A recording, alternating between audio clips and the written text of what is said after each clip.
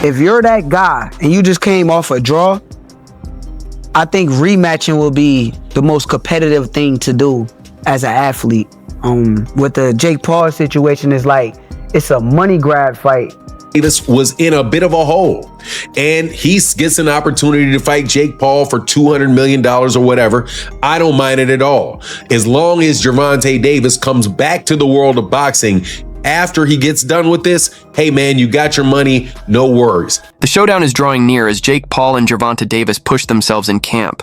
Paul is seen working to maximize his power and bulk, while Davis sharpens his speed and knockout accuracy. Both fighters' teams remain locked in on preparations, and anticipation keeps climbing as fans watch every detail of how the rivals get ready for one of the most anticipated fights. I don't get it. Yeah. This Santa Cruz out here to down on my own. Drink down, let it burn, baby, let it burn. Mind over matter, son. Mind over matter. This is the blues I'm Ain't nobody doing no shit like this. Come in the desert. He trying to stay away from the desert. He come in the desert. Shakur Stevenson weighed in on the wave of unusual boxing events. He argued that while clashes such as Jake Paul versus Gervonta Davis add little to the sport, something like Floyd Mayweather facing Mike Tyson holds more significance. To him, Mayweather and Tyson are all-time greats who have already secured their legacies, so stepping back into the ring for money should not harm boxing. Stevenson stressed that these kinds of events tap into nostalgia and excitement, unlike celebrity-style bouts that cheapen the sport. I mean, I feel like in Floyd and Tyson situation is different than Jake Paul and Buddy. I feel like with Floyd and Tyson, it's like, okay, y'all deserve it. Y'all legends, y'all paid homage, y'all did the most for the sport of boxing already. So you deserve a big payday and be cool. I'm cool with it. I like it. But with Jake and Buddy, I feel like Buddy is a participate in the sport of boxing right now, and he just came off a draw his last fight. So if you're a real champion and top level guy that you say you are, which I think you are too, I think you're the truth. But if you're that guy and you just came off a draw, I think rematching will be the most competitive thing to do as an athlete. With the Jake Paul situation, is like it's a money grab fight. So to me, it's like some WWE shit. Do you think it helps? Like, I mean, okay, so he gets this fight with Jake. His value goes up. No, it doesn't. You don't? It don't? Not in the sport of boxing. You don't think it may. The demand more because he's, you know, because when we looked at the was a Floyd and just hypothetical. You know, we speak hypotheticals at time, right? Uh-huh. You go in there and that big ass nigga knock him the fuck out.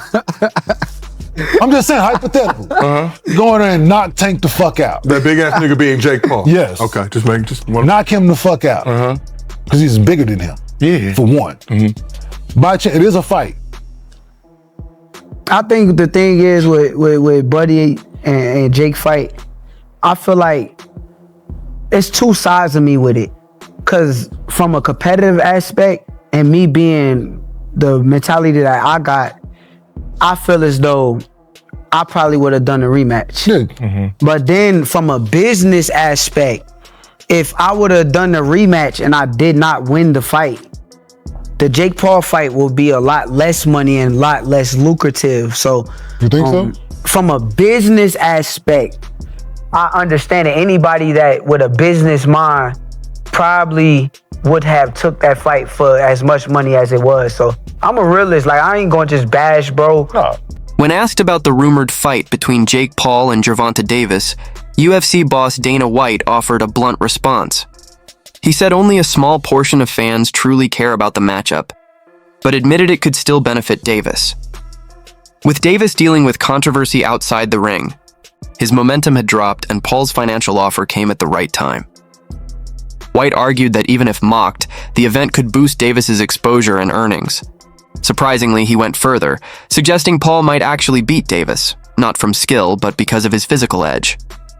Paul's height, reach, and strength, he explained, would overwhelm a smaller Davis, who is used to lighter opposition. For White, this fight would be decided by size more than boxing ability. Jake Paul to beat Gervonta Davis. This is not a fight that I'm excited for at all. I would rather have Gervonta Davis fighting in a real boxing match against the likes of Lamont Roach, Shakur Stevenson, Keyshawn Davis, Emmanuel Navarrete, anybody that is in the 135-pound division and around. That's where I want to see Gervonta Davis fight. However, we live in a world where everybody is trying to do things as big as possible. And the biggest fights possible right now, unfortunately for the sport of boxing, is an exhibition fight between Jake Paul and Gervonta Davis. So I do like it for this reason, though. I like it because it is allowing Gervonta Davis to have a fight that is going to be big and that the mainstream media is going to have to cover, the mainstream media outside the world of boxing. Gervonta Davis has been, without a doubt, blocked, having venues blocked, having fighters, having other promoters paying fighters away to go different directions from Gervonta Davis. So Gervonta Davis was in a bit of a hole, and he gets an opportunity to fight Jake Paul for $200 million or whatever. I don't mind it at all. As long as Gervonta Davis comes back to the world of boxing after he gets done with this, hey man, you got your money, no worries. But you gotta love Dana White having the audacity to pick Jake Paul in this fight. Ex-world champion Paulie Malignaggi gave his view on Terence Crawford potentially facing Jake Paul. While praising Crawford as an elite talent with one of the sharpest toolkits in the sport, he warned that size differences often outweigh skill. Malignaggi noted history shows smaller fighters struggling when moving up too far in weight. He highlighted Paul's natural frame and heavy hands as factors that could trouble Crawford, even against his superior technique. For Malignaggi, the concern is not ability, but physical limits. Boxing still rewards size, strength, and toughness. He suggested that even someone as versatile as Crawford might find it risky against a much bigger man, proving that skill cannot always erase weight gaps. I think Davis is more to lose because he's the bona fide world champion. I don't care if he's much smaller. I think Jake Paul has sort of plateaued as far as where his boxing is concerned. It's rather low level. He's big, he's physical, he's strong, he can hit. So there is that risk. Davis, at lightweight, you're in a moment where it's too physical for you. You can clinch. Against the heavyweight, where you clinching? You ain't getting out of that corner just clinching anymore if you run out of space. You know what I mean? So it's interesting. But Davis, listen, there's a lot of talking points that I'm sure we'll get into when this gets closer to the fight. Davis can still punch at lightweight. Can he drop a heavyweight? There's a lot to gain there, right? If Davis knocks... The answer is yes. If Davis drops Jake on his ass, as much as Davis is the one with more to lose, it's still a highlight moment. A visual that will stay forever. Yeah. But if you get dropped, even if you're smaller, you're still a world champion in multiple weight classes. If you get dropped, what's the look? What's the feel? On the inside, as boxers, me and Chris Algieri, the champ, even you, Jimmy, you have fight experience, so we know that the risk is a big guy that big hits you. You're probably going down if you're a small guy if he hits you clean. So we know the risk, but how does it look to the public eye who don't understand that? You know what I mean? The public. So there is a lot to lose, though. There's a bit to gain. I wouldn't necessarily have an issue with this had Davis's career arc been one that benefited boxing. Davis was manufactured and put into a position where he's supposed to benefit boxing. And I don't think he has. I think he's hurt boxing. So by giving him this reward, that's my problem. Why are we watching this? Why don't you make him earn his spot that he still hasn't earned, mind you? Reports say organizers had to scramble when the original host venue refused to stage the Paul Davis bout. Local authorities dismissed the fight as more circus than sport, rejecting approval outright. This surprised many since the site was seen as perfect for ticket sales and revenue. Rather than canceling, promoters quickly secured a replacement venue that welcomed the spectacle. Still, the sudden switch drew heavy criticism. Skeptics argued that if a top arena rejected it, the contest must lack real sporting value. Many now see the event as entertainment first, driven by money, not competition. The last-minute relocation has become part of the story itself, highlighting the wider debate over whether these crossover fights belong in boxing at all. 35 pounds. Jake Paul is over 50 pounds heavier than Gervonta Tank Davis, and he's nearly a foot taller than Gervonta Tank Davis. So no sanction body wants to, and no commission wants to, should I say, I keep saying sanction body, no commission wants to sanction it. They don't want to be a part of it, as I told you guys. So they announced that the fight was going to take place November 14th in Atlanta at the State Farm Arena where the Atlanta Hawks play. And the Georgia Athletic Commission, he came out and he made a serious statement. And he let the world know that they falsely advertised this fight, okay? Because no commission won't sanction it to be a real boxing match, let alone they're not even interested in allowing it to be an exhibition. Okay? They don't even want it to be, they don't even want to be responsible for an exhibition of this magnitude, right? So he comes out and he says, the commissioner, head of the Georgia Commission, he comes out, he says, quote, I believe it's in the public's interest to know because they've been promoting something they should not have been promoting. It's the dumbest thing I ever heard. It's a money grabber, and I'm not okay with that. So they telling him it's just for the money. Retired champion Carl Fruch shared his view, describing Jake Paul's path as one focused only on money. Fruch claimed Paul isn't chasing greatness in the ring, but financial paydays. In his words, Paul picks opponents based on attention and profit, not on how tough they are. Fruch admitted this approach works for business and hype, but insisted it blocks Paul from earning respect as a serious contender. He'd mentioned me before, and there'll be people out there saying, oh, Carl Fruch's talking about himself, he's after a payday. Listen, I'm not after a payday. I'm doing all right. There's no problems with my finances. But I'll take the fucking payday, of course I will. And I'll end Jake Paul with one punch. I'd go in there one-armed and beat this guy. He can't box. He's absolutely fucking useless, which we saw last night with Mike Tyson. Talking about Canelo Alvarez. I've not mentioned Canelo Alvarez because it's just laughable. Jake Paul, Canelo Alvarez. Can you imagine? I mean, if Jake Paul fancies that and he jumps in the ring with him, I will pay homage to him because fair play. If he jumps in there with Canelo Alvarez, he'll get absolutely fucking destroyed, and it will be fast and it will be messy, and it will be bad for his health as well, potentially. MMA veteran Nate Diaz brushed the fight aside, saying he didn't even want to predict a winner. To Diaz, the bout is not a genuine contest, but a show built for pay-per-view revenue. He slammed boxing's current direction, claiming these manufactured events damage the sport's credibility. Diaz argued the fights are about money, not competition, and for that reason he cannot consider them real sporting events. Yeah, I gotta ask you, Jake Paul versus Gervonta Davis. Does Davis have a chance? Fuck no.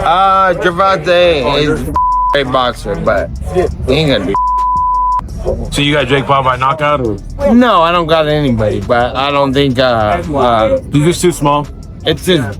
I don't want to beat up somebody that small. I don't want to, you know. I don't want to lose to somebody that. There's no point in the fight. It's a great fight, actually. You're not hating on the fight, but I think.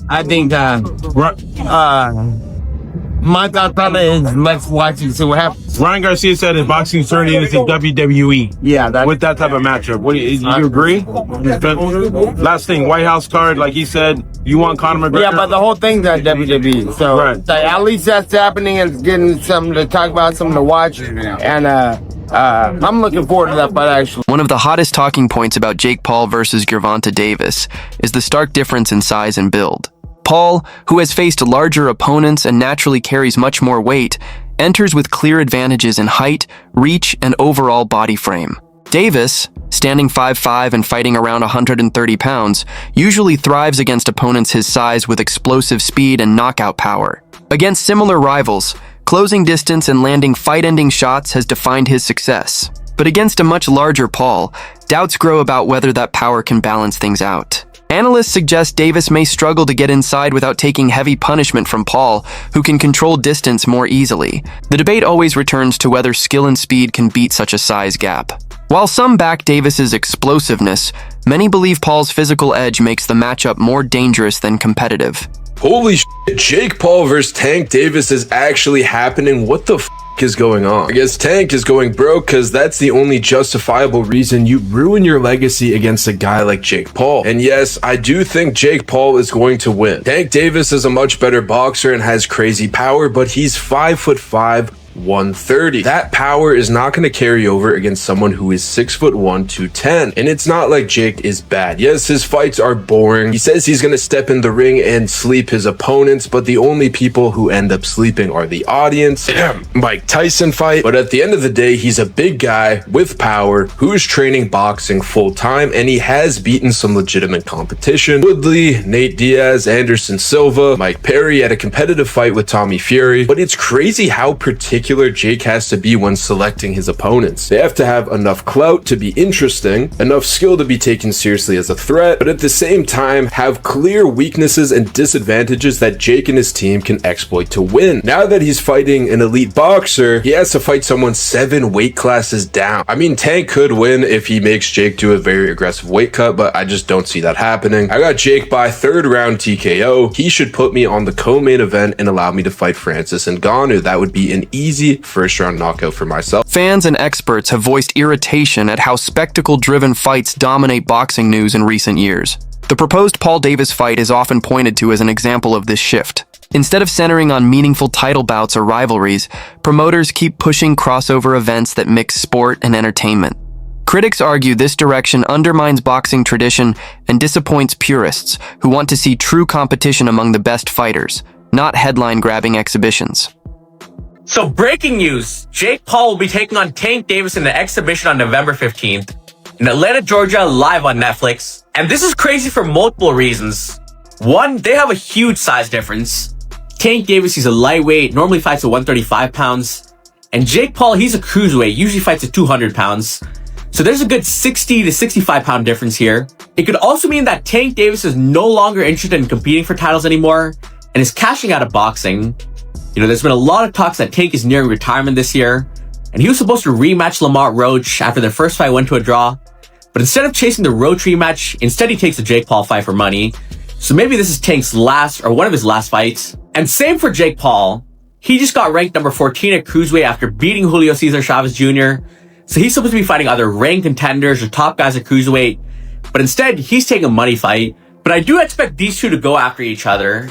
Even though it is an exhibition, I don't think it'll just be some boring sparring match. I do think they'll try a decent amount. But Tank, obviously, he's a lot more skilled. Jake has a lot more size. But you guys let me know who you got. A boxing analyst discussing the Paul brothers explained their formula: attention at all costs. He said Logan and Jake ignore critics, knowing every bit of controversy fuels hype. Whether celebrated or ridiculed, they remain in the spotlight by creating polarizing matchups. From this perspective, their opponents are chosen less for boxing merit than for headlines. According to this view, their ability to keep people talking is what guarantees their lasting role in the sport, even when many fans disapprove. It's like blockbuster events. They don't look at them as sporting events. They look at them as spectacle. I mean, Logan's in the fucking WWE, for God's sake. That's the way they look at it. And that's the way Jake looks at these kind of events. He does, because he's fighting Gervonta Davis. And to any sports, hardcore, competition, morale, effort, you know, legacy, hierarchy-minded sports person, none of it makes any sense. Because we go, well, no, Gervonta is not in Jake's weight class. What does that prove? We do sport to prove who's better at sport, not with inherent advantages or disadvantages or XYZ. Logan, and I guess Jake for that matter, look at these like, we want to get the most eyes possible regardless of what people say. We, and I think that Logan and Jake both believe this, because of the disadvantages we came into the sport with, if we are to do better than people expected, or if we're able to win or knock someone out, then we're better, which is not true because there's massive disadvantages on the other end. I would say that outweigh the disadvantages on their end, at least Jake's end. The way they market these things and act like if I beat Gervonta, I'm better, or if Logan was like, I beat Floyd and I'm the best boxer in the world, when Floyd wasn't the best boxer when Logan fought him, and also it was a 60-pound weight difference. Like, the way they categorize and narrative shape around it is the thing people get upset about. That wraps up today's video. Be sure to stay tuned. See you next time.